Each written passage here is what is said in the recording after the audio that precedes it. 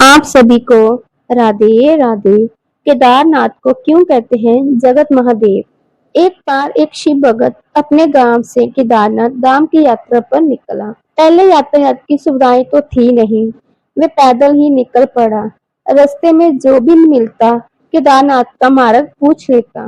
मन में भगवान शिव जी का ध्यान करता रहता। चलते चलते उसको महीने बीत गए। आखिरकार एक दिन वह केदार धाम पहुंच ही गया। केदारनाथ में मंदिर के द्वार 6 महीने खुलते और 6 महीने बंद ही रहते।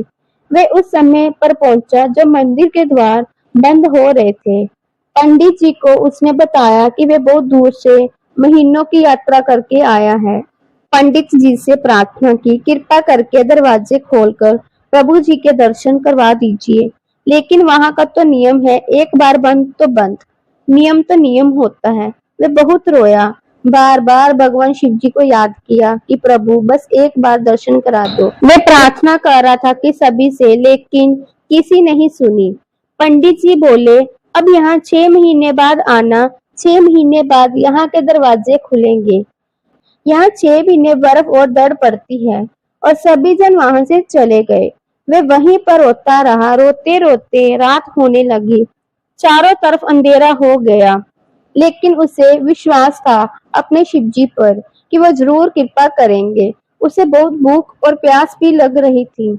उसने किसी के आने की आहट सुनी।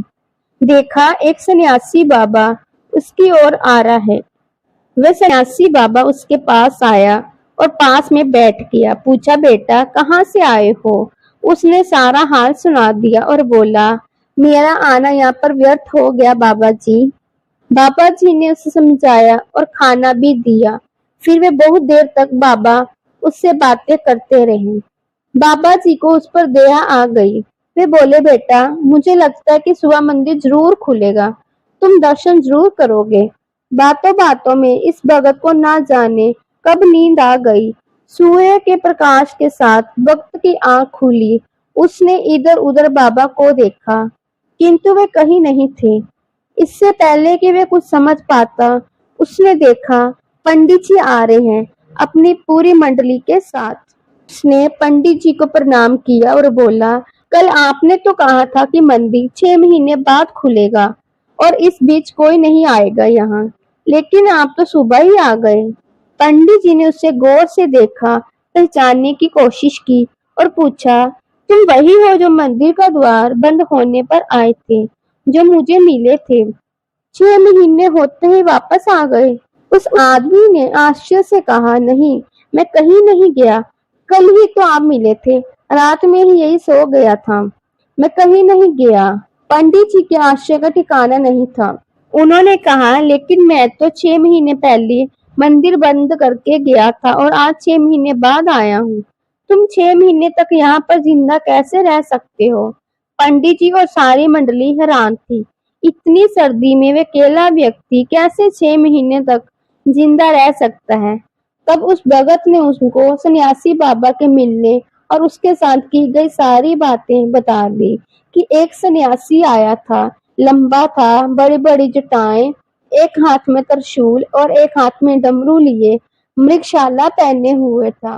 पंडित जी और सब लोग उसके चरणों में गिर गए।